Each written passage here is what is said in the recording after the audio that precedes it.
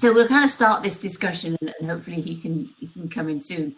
But I think that whole payment scenario is very interesting because it is the one area that has really accelerated during COVID.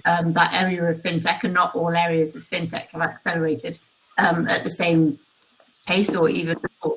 But a lot of this is driven by things like the e-commerce, but also hygiene. It's fantastic for the Northeast because it's an area where we've got a real strength and critical mass in payments.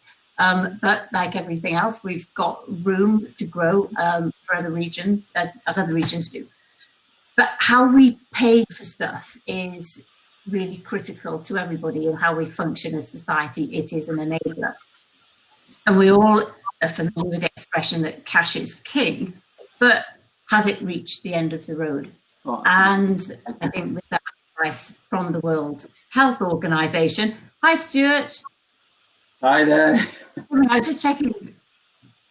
I'm just saying that we're just talking about, the premise of this discussion, which is cash versus digital payments. And I'm so pleased you made it because you are the defender of cash in here. But I'm just saying, is it the end of the road, for cash being king and being as popular? Because with the advent of that advice from the World Health Organization, we know that payments around the world have dropped with cash. People are withdrawing less cash. Was it an abundance of caution? Does it transmit infection in the same way it does? We'll go on to that in a moment, but if you could just introduce yourselves and say a little bit about what you do. Aaron, can we start with you? Because you're kind of next on the screen, and you are from the reporting and reconciliation platform, Kani Payments. Can you just give us a brief introduction? Yeah, sure. So I used to be the Chief Innovation Officer at GPS, which is the technology platform used by Revolut, Starling Bank, Curve, and about 150 other fintech disruptors. So I work quite closely with a lot of payments companies, and now I've founded a company in October of 2018 called Kani. So we're a Newcastle-based software as a service platform, and we act as a common integration point for the payments ecosystem. We basically help banks and financial institutions to harness and use their data and accurately reconcile it. Are you the plumbing behind this, Aaron? Are you the clunky machinery, sorry, the smooth machinery that makes it all happen? Yeah, so we're essentially we're there to kind of help the back office of banks and payments institutions to function and to function efficiently, and ultimately, hopefully, to kill off cash. That's great. Thank you very much. Kevin, you're a data man, aren't you? And you're one of the founders of the Global Open Finance Centre of Excellence that has a base in Edinburgh, but you're a northeasterner born and bred. Can you tell us a little bit about what you're doing, please? Yeah, so I'm advisor and engagement lead at the Global Open Finance Centre of Excellence, which is it's an entity that will take data in from other organisations across banks, across sector, and it will form a data repository. And on top of that repository will be a platform where people can access that are purpose-driven organisations trying to help vulnerable people, financial well-being, mental health, about education, re-education skills for the future, particularly around AI and ML, trust and ethics around the data. And it's fairly new. It's only been going for about 18 months, but we're up and running. And so, yeah, we're looking for organisations that want to come on that journey with us. Thanks, Kevin. And I think just to Nick Palmerini's point earlier, ethics is so important when we're using people's data, that information. And I think particularly where their money's concerned, people are, are very concerned about privacy, ethics, how that's used. Paddy O'Keefe, you are with the Durham Constabulary. Can you tell us a little bit about what you do and why you're here today? Because perhaps people wouldn't expect to see a copper on the panel. Hi, I'm not actually with Durham. I'm a Northumbria cop. The email address is a little bit misleading. I'm a Northumbria cop, but I'm based at NERSU, which is the regional organised crime unit. So it's a collaboration between Northumbria, Durham, and Cleveland, and covers the whole of the northeast. My role there is as the Regional Development Officer for Fraud and Economic Crime, and I'm part of a national network of officers with the view to basically improving the policing response to this type of threat. We look to, work with partners and develop a greater resilience to this type of criminality at a local, regional and a national level, while trying to target those sort of high harm offenders that cause the most pain to our communities. And you've seen the cash and the digital. We work right across that. I think serious and organised crime doesn't care where it gets its money from, as long as it gets its money. So I've got a foot in each camp. It'll be interesting to see where this goes. Andrew Bartlett from Roam Everywhere. Now, you have also got a foot in each camp, haven't you? Can you explain a little bit about what Roam does and also about what Save the High Street is doing? Sure. So, Andrew Bartlett, I founded the company Roam, which, if you like, is a digital high street experience. We're putting that physical high street experience into a digital format using app technology to kind of streamline and just create better experiences on the high street and how people interact with the businesses there. And then I founded Save the High Street as well, co-founded Save the High Street, sorry, which is kind of the educational factor. Say that the high street's going through what we call an evolution stage at the minute, where we're kind of going from this, like you say, cash is king to, digital, go cardless kind of environment. And Say the High Street's kind of there to just educate businesses and help them evolve. And it's all about supporting the independent retailer, isn't it, as well, actually, because we see that ability and ease of interacting with independent retailers as a way of revitalising the high streets and blending that bricks and mortar offering with the digital offering too. And hopefully you'll be able to tell us a bit more about that at the moment. Last but not least, the cash defender, Stuart Fearn, Newcastle Building Society. You are bucking the trend. You're opening branches, aren't you, Stuart? Yeah, we are. I think. So I'm Stuart Fearn. I head up the branch network of Newcastle Building Society, which clearly is a high street building society. Dirty cash, really interesting set of words. Definitely not at Newcastle Building Society, I'll assure you. But I think the thing is, Newcastle Building Society is probably a best kept secret in some quarters as well, because we've got two sides to our business. We also have a side of our business that enables challenger banks to come to Beam and to market. You've got a fintech business, Newcastle's Strategic Solutions. However, I look after the building society on the high street, and that building society is it deals with our community, it deals with the vulnerable, it deals with cash, definitely. However, we've got both sides. We're cash, we're digital. We provide whatever our customers need, and we're providing those services, but we see a call for both. And I think what's interesting is that although the spending on cash transactions, it's not been possible because we haven't been able to have that face-to-face interaction, and by its very nature, we need face-to-face interaction to kind of to utilise cash. But we have seen the ageing population find a comfort and familiarity in being able to actually, handle their assets, if you like. So just to kind of hear from all of you, how do you respond to this call that actually we should be kind of not using cash in order to reduce infection transmission in the current environment? Is that realistic? Is it even true? Do we touch other things? Can you tell us a little bit more about that? Well, from our perspective, if I can just start it off, I mean, clearly through this, I mean, we've been a key service, so we've had to keep our branches open right through the whole of this. And 25% of our customers constantly have continued to use us, and in the main to withdraw cash. And that cash is sanitised and isolated for 72 hours before we're provided it. It's clean cash. So that's a good starting point. Cash can get. You launder the money, do you, Stuart? Absolutely, we wash it. But if you see, it's interesting. If you see any ATM at the moment, they're all advertising on there, sanitised, clean 72 hours before it goes in, so it's clean. However, the card in your pocket never gets clean. So it's something to think about. So there is actually, that's non-digital, that could be, there's all variations on digital payment, but your card is never clean. You pass it around. So that's something to think about, I would have suggested. But yeah, that is actually quite interesting. And I know that that the hospitality sector is something, an area in particular, where there's going to be a lot of interest in how we pay for things. There are apps that are angled particularly towards getting that sector back on its feet, but it's all around those digital payments. Aaron, you deal with a lot of the data that goes on behind that. Can you tell me what is your sense of response to the digital payments? Is it going to be card? Is it going to be wearable? Is it going to be biometrics? What's your view of the future? Oh, it's a big question. I think it will probably evolve through those things. So I think wearables before biometric, for example, and I think wearables are becoming increasingly common.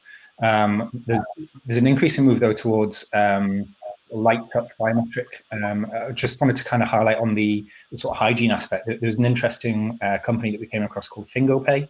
I don't know if you've seen them, but it's quite an interesting company. So they actually were born out of a medical technology where you put your finger in to a little reader, and it reads not your fingerprint, but actually the blood vessels in your finger, which are more unique than your fingerprint, apparently. And that's how you essentially you sign a card payment to your finger. And they had some challenges with customers thinking that this was not hygienic, and they gave the sort of anecdotal example of saying, if you're behind someone in the queue in McDonald's and there's sort of maybe someone looks a bit unhygienic in front of you and they order and then they put their finger in the machine, do you want to be the next person behind them in the queue putting your finger in that machine? And people's general reaction was, well, no, I don't. But that's way more hygienic than cash, way more hygienic, because that machine gets cleaned very often. It's actually born out of a medical technology that helps to clean itself. So I think people's perception of hygiene when handling cash is perhaps a bit off from the reality. Yeah, it is quite interesting. It's the thought of where somebody's fingers have been, isn't it? I don't know, any of us kind of like to delve into that too closely. But Andrew, what you're doing as well is you are actually collating within your digital payments so that people can actually go into bricks and mortar shops. They can have a shopping experience if they want. They can order things from their store, they can get them delivered, or they can actually ultimately visit any high street independent retailers elsewhere in the country.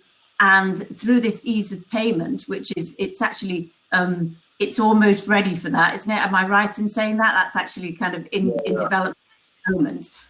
Be able to buy things from independent retailers. Yeah, so we're about 4 weeks away from launch, and I'm a big fan of Google Pay and Apple Pay. For me, working in the industry that I do, your phone's an extension of your body now. Everyone carries it everywhere, and with that, talking cleanly, face recognition, you've got fingerprints, and for us, that's what we're kind of incorporating into our app, Roam. So anyone can, like you said, anyone can go into a shop and shop and simply use their phone to pay there and then if they wish to. And one thing that I'm hearing just through coming through all of these conversations is an education piece.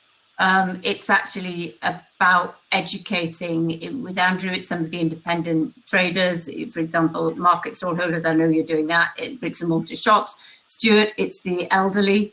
It's how do you educate them around that sense of community. Kevin, a lot of the work that you do is around the disadvantaged.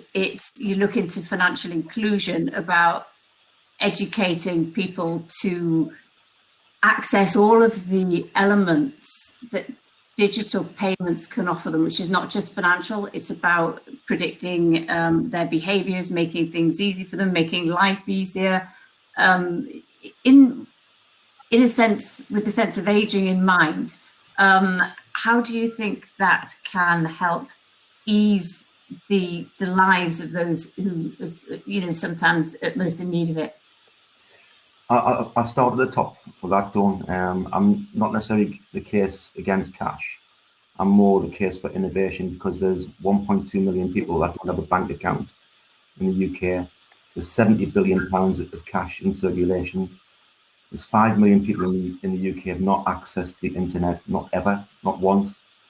So you've got this vulnerable part, and that falls into, I think, the two groups. There's the case against cash over time, but it's bringing those digitally divided, excluded people with us.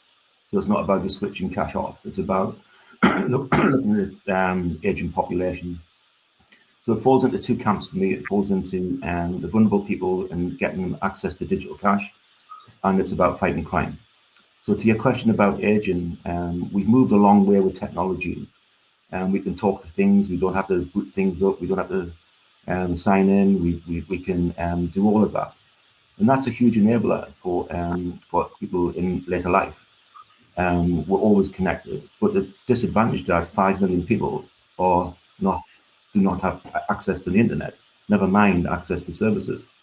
So to do that, we have to bring those groups along, and we're working with the National Aging Centre to look at financial vulnerability alongside dementia and Alzheimer. How do we innovate in that space and give older people access to digital? And that includes education, of course it does. But if you go back 10 years, educating just to open a PC and work a PC, that was difficult. But now today, with the technology in place, we can talk to things. We can even put a bank account on a mirror. You can have an intelligent interface where you wake up in the morning to a mirror. It recognizes you, tells you what the weather is, and tells you what your bank account is, but also how much you've got to spend today if you're going to set goals on budgeting. Because cash is an enabler for a lot of people. It's fairly anonymous. It's under people's mattresses. But most of it, when you then start to talk about crime, is that when we touch on that, let Paddy lead on that. There's some huge innovation to get people off cash. But at the same time, if you're a migrant new to the country, cash might be an enabler to get by day to day. So that it's not a broad brush. I'm going to just, as you say, bring Paddy in on that, Kevin, because you see this from all sorts of angles, don't you, Paddy? You see that actually you can have people who are exploited by others in the name of crime, who are using money, but they're also potentially using digital payments. You see a lot of international crime going on. I saw a question coming up there on the side about how international some of the organisations that we're talking to, and Aaron said he's dealing across 4 continents, but actually crime has no borders, does it? It goes across everything. Yeah, that's correct. I've just been writing that response. Yeah, we still have the same local threats that we always did. You still have drug dealers and things like that will operate within the northeast and will have a grasp of that community and an impact on it. But with the advancement in technology, the internet, changes to banking and the movement of money, there's a massive international landscape that we have to deal with. We can't stop offenders from Africa or Asia or other areas of Europe targeting those people in our communities, because the technology is there for them to reach out into people's homes. Where we need to deal with it is we need to help strengthen that resilience. We need to make people educated about the safeguards that they can undertake, the types of crime that might impact them, and basically educate as best we can around the risks. And with all of these fantastic fintechs, these disruptors within that market, it's about using them alongside the more established organizations to get this message out, to put the hardware in place and the structures in place so that tech can safeguard our communities, but also the communities can take responsibility in looking after themselves. And one of what enables all of this to happen, actually, is the data behind it, isn't it? It's actually the information that it connects from all of us, from, you know, whether we're using our Nectar card or whether we're making a payment through our Challenger Bank. And here in the Northeast, we've got a lot of strength in that data. We've got the National Innovation Centre for Data. And what Aaron does, actually, that plumbing behind it helps connect everything. But it is also people's data that they're worried about, isn't it? I mean, Stuart, you know, when you would see people using cash, when you got a situation like we have at the moment where I think there's uncertainty about the future, people feel that they're, you know, it's an enemy that you can't see, if you like, but they know that they've got their money all together. If you are just dealing with data, and maybe Andrew, you can kind of come in this as well, people are quite nervous about what happens to that data, aren't they? I mean, you collect it from everywhere, but really what happens to it and what advantages does it give them? I think from my perspective, I mean, we do, yeah. I mean, we generally deal with an older population through our branches, but obviously as a business, we've got a wide geography and demographic as well.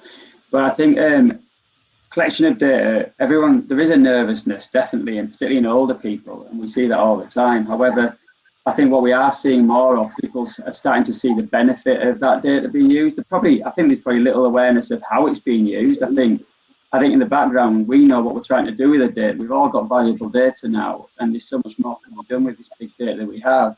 I think actually for people to understand what's being done with it and how they're benefiting is probably a bit of a journey still. And in respect of that journey, I wonder if you could each tell me in a different way, with obviously with your different hats on, how you help people to become comfortable with that. You know, what assurances are there? You know, Andrew, people will be able to see the benefit of using your app because it opens up actually parts of the whole country to them that they may not have been able to access before. Do you collect data on, you know, how old people are, who's using it, which parts of the country are taking this uptake? Yes, sure. So yeah, exactly that. We actually we use Facebook as well, so signing in. So that's because Facebook is more and more of a signing up process nowadays too. So, you know, Facebook is a brand that people trust. And like I say, we can kind of collect that data too. So it's age, gender, location, and so on. It's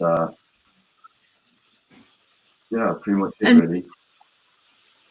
And in terms of what's being done with data in supporting vulnerable people, Kevin, do you see that there are possibilities to use data that's collected from, you know, proprietary data that's collected from retailers, that's collected from, obviously from the banks that have a huge amount of data on us, to help people in difficult situations?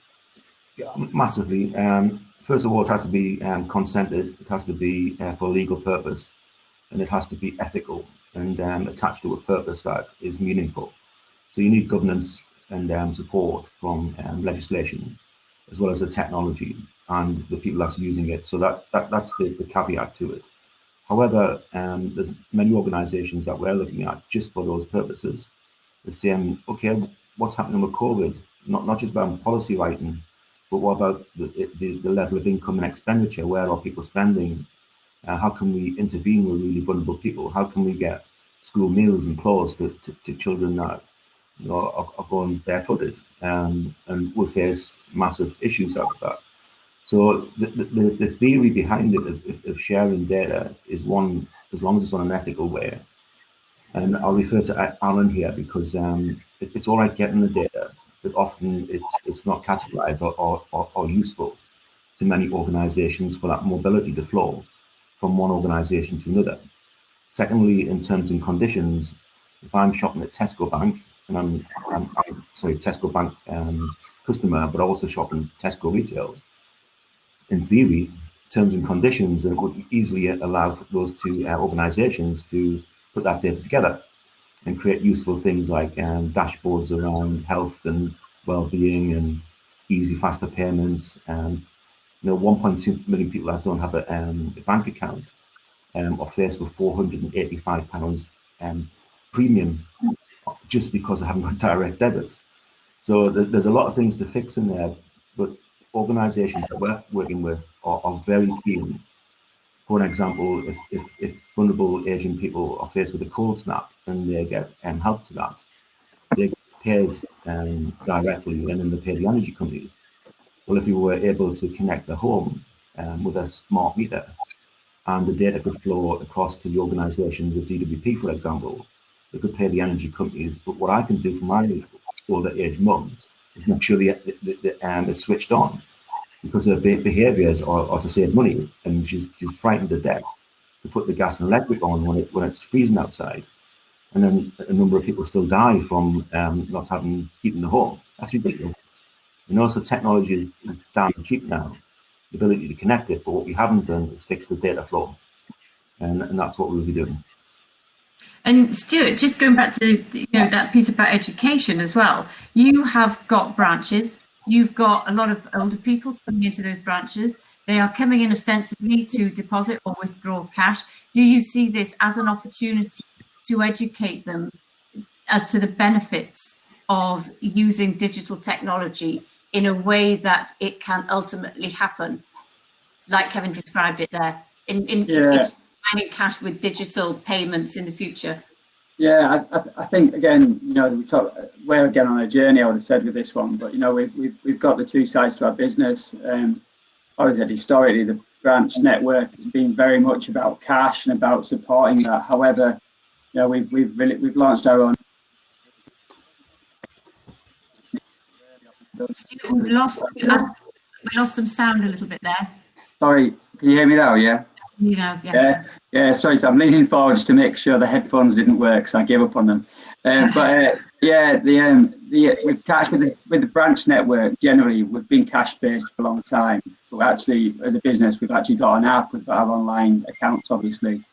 We're bringing all that into the branch network, I would imagine, over the next 12 months. And I think as part of that journey, it's the first stage in a lot of conversations with our customers about the digital journey. And it's taken them from being cash only, probably in many cases, to actually taking them a step forward. Just having an online account and having an app isn't perfect, because again, you've got to be what we realise quite often. We've got to teach them. We've got to take them through baby steps. We spend a lot of time educating people as it is. We don't just transact. We're a community-based organisation. We've got community rooms in the majority of our branches. We spend time in there giving lectures and talks and bringing groups in to talk about this. We bring groups together to talk specifically about this. What we're also doing at the moment, we're working really closely with Nick Karimi for earlier on and National Centre for Ageing. So we've got some projects we're working on together at the moment, which is using our own data to understand what we need to do next with this group of customers. So there's really great work going on right now that within the next 12 months will tell us an awful lot more than we know today. And so it's about being able to transition from one to the other, which again is what you're doing, Andrew, isn't it? Through some of the independent traders. Are a lot of those traders older, or are they just right across the spectrum that you've dealt with already? I've certainly seen a huge spectrum of individuals. But being in the hospitality scene and the leisure scene, we're seeing a lot of. There is an educational factor. That same actually thing people look at, especially business owners, can do so much more with it. Whether it's not or not. We're helping educate these hospitality and leisure businesses to get on contactless payments, because although they love the cashy thing scene, we identify with them that actually they're missing out a lot of opportunities without having contactless. A lot of people nowadays going into say a takeaway, if they can't pay on card, can't tap and go, then they can't. They're just not carrying them anymore. We're seeing a lot of that, definitely. And I think there are issues, aren't there, around about even, we could just go back to the high street, actually being able to make it more accessible. For example, people that maybe can't get into bricks and mortar stores, how do they pay for things? How do they get around? How do they have the same opportunities as people who are able to do that, whether they are housebound, through choice, through accessibility issues through lots of different ways. I think it's really important to have those two options available. And just tying. Sorry, just to build on that, while you're talking about the options, last December, the North East banks adopted the next phase of what's called the banking protocol cross-channel. So banking protocol came in a number of years ago, whereby when people came into banks and withdrew large amounts of money, they would be asked a certain number of questions to assess whether that person was a victim of fraud, whether they were withdrawing it for the right reasons. And this has been fantastic for safeguarding victims. It's saved millions of pounds nationally. Now, that has been driven by UK Finance, the umbrella organisation for banking, and they've now come across to what's called banking protocol, the cross-channel, which does the same thing for digital payments and phone banking. The North East was the first region as a whole to adopt this in the UK, based on the strength of resilience with the banking sector, working with the policing, and the success that we'd had from the initial banking protocol. So it's still not national, but we are ahead of the game up in the North East with that. Paddy, well, we were actually one of the first organisations within that. We did some early piloting of it as well. So and I've having responsibility for a branch network, I can tell you the number of times we saved a lot of money for a lot of people. It was amazing. And it is something that's made a difference. But I think again, it's just having good people to people, seeing in this instance in branches, seeing what's taking place as well. Yeah, I think that's quite interesting, that a comment that Aaron's just made on the sidebar there as well, that actually they have all this data from all over the place actually, but it's anonymized. So sometimes people shouldn't be too worried that people are going to be delving into precisely what they're doing and when they're going to do it. Can I ask a question, Paddy, that I've always been a bit curious. When the police take heists of real cash, what do they do with it? Does that just stay in our system? Do they do what Stuart does? Do they put it in a cupboard for 72 hours and then take it out, and does it go back in the system? It certainly stays within the system, depending on the job, depending on why it's been seized or taken. There are a number of different ways that it could work out. You know, sometimes we can be talking about the traditional bags of cash. Other times it can be money in people's bank accounts and things like that.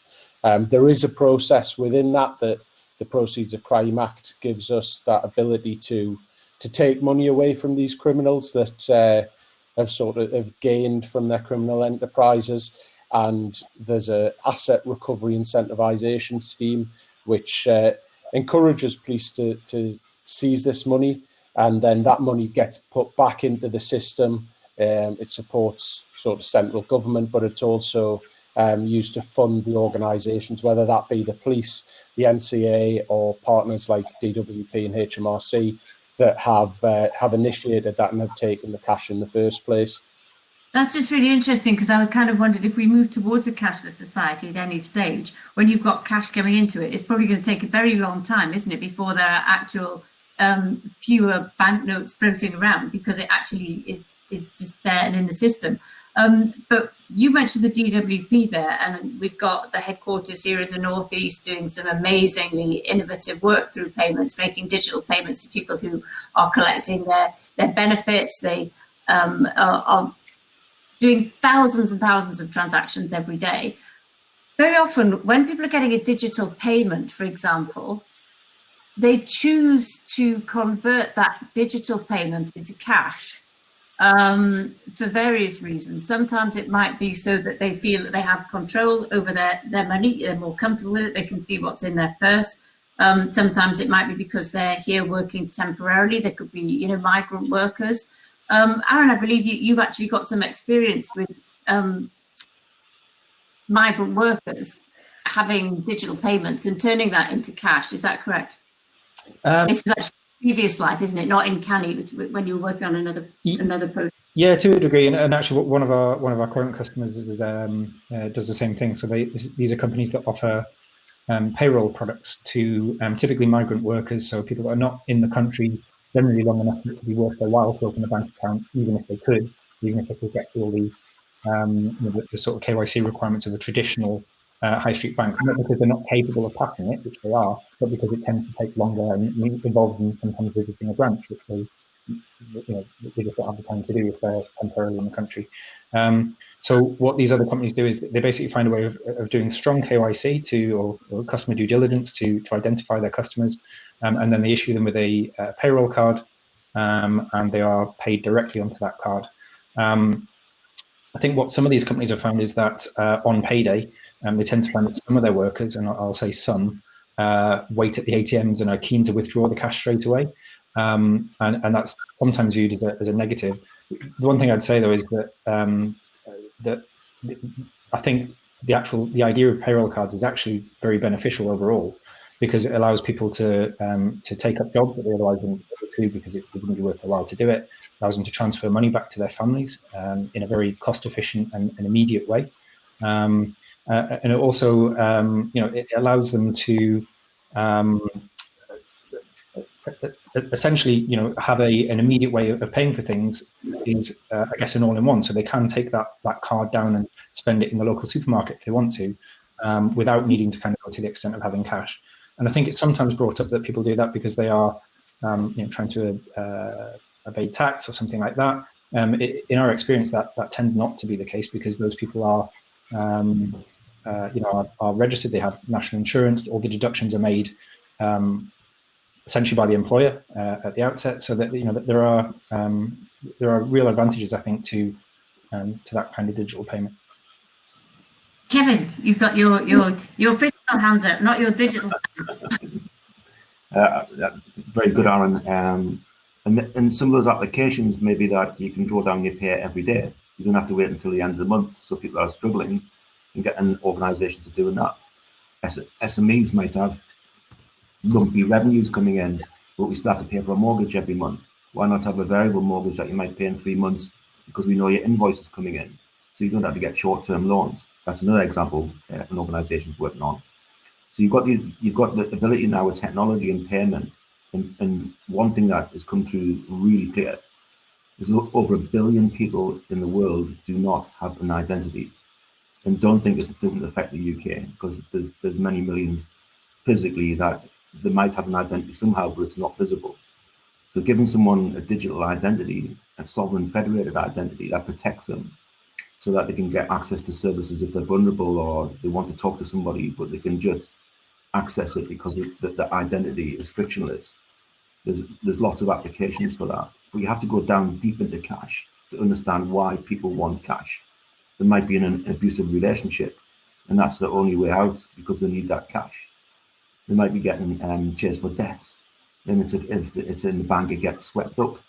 So but that might cause 100,000 people, young men between 25 and 35, to commit suicide because of being chased for debt, and a direct correlation between that, and direct correlation between gambling.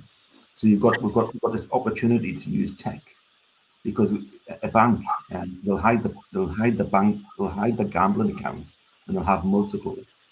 But actually, if you join together around access to it, another great example is in the health industry. If you've got a terminal illness and you're dying, when you get asked, would you like to share your medical data for purposes of looking into that disease, 200,000 people did.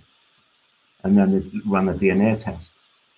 But what they didn't want to do is give it to an insurance company, because it might have been hereditary. So you've got these applications of data that people will give up their data for the right reasons, as long as there's trust and ethics and clear purpose behind it. And this is what we've got to improve. And I think the trust thing is quite key. Andrew, I wasn't sure if you kind of put your hand up there or you were just flexing. Just no, hand up, please. Talking about safety of payments and things. I mentioned in the comment bar there that we're about 4 weeks away from releasing our payment option, and that's UK wide at the minute. But what we picture is, the app that we have, Roam, is international. And again, what we're trying to create is a safe place for people to go anywhere in the world and have a safe account in one location, one app, where they can go and currency isn't a tap and go kind of thing in any location using Roam, and kind of be that brand of safety that they can go to any retail shop anywhere in the world and kind of have that safety net of knowing that it's safe through us. That's kind of direction To we're have that going. virtual high street. Yeah, exactly. Virtual high street in every high street. Again, when I say tap and go, I don't actually mean like tap and go on a contactless payment system like a POS system. You can literally go on the app, find what you want in that shop, maybe scan it, and just pay for it using the Apple Pay and Google Pay through the app. And again, that will eventually be able to figure out currency exchange and things like that too. And just like I said, just be a safe place, a safe brand where people can come and trust and just do that. That's the direction that we're heading in anyway. And I think the thing is that I'm hearing it's all about options, isn't it? It's different horses for courses, apart from in Paddy's world, where I think, as you said, people will use just absolutely anything to extort or use money in the criminal system. We've got 5 minutes left. I would quite like to ask each of you, what are your issues? What are you working on over the next 12 months? Because, fintech, the application of financial services through technology is innovative by nature. It's a very dynamic environment. You're having to move on things very quickly. Can you just tell me what are your issues? And there might even be people watching today that might think we can help them with that. We can work with that, given that the theme of this conference is collaboration. I'd really just like to hear what your views. What's next, Aaron?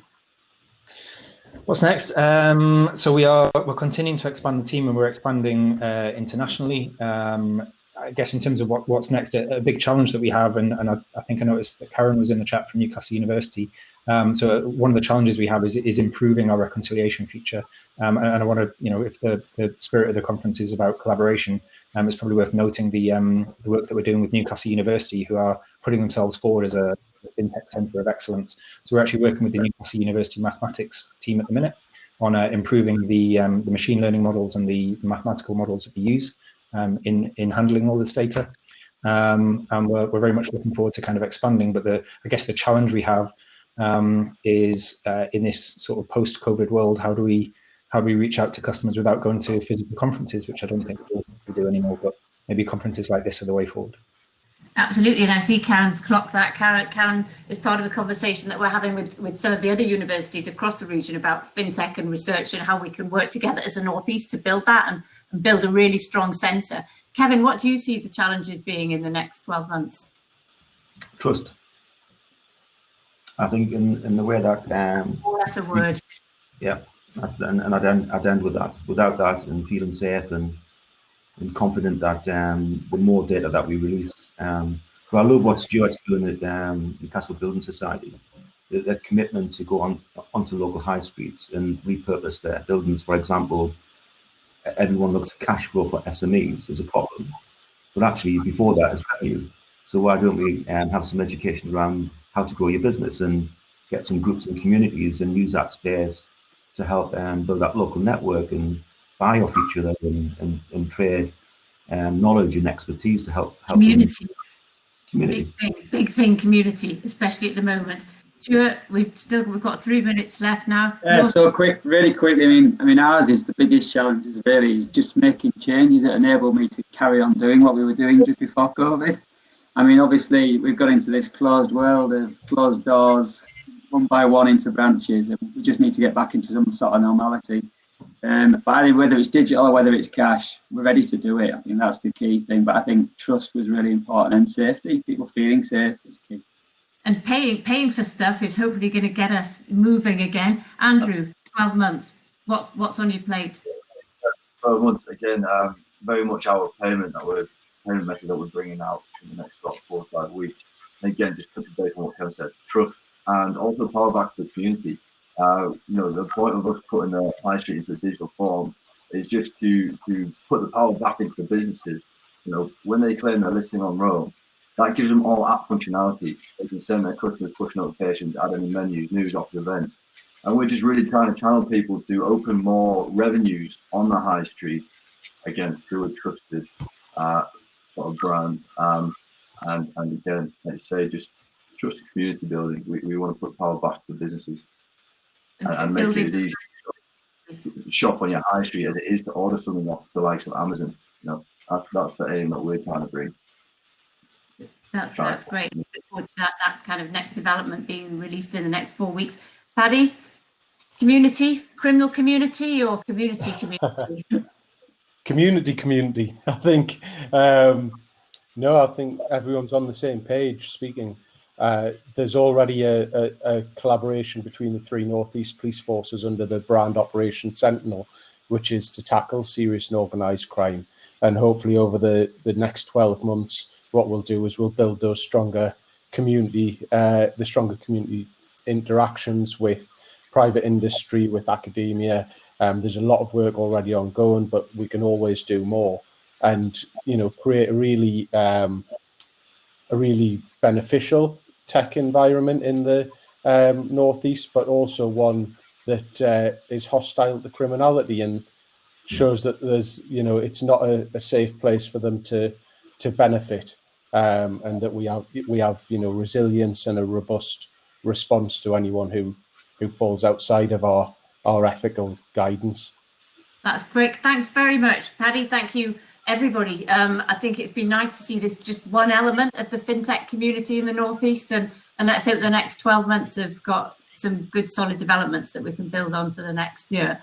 It's 11 o'clock on the dot now. I will close this down so that we can go back to the main session. Thank you very much. Bye. Yeah, thank you.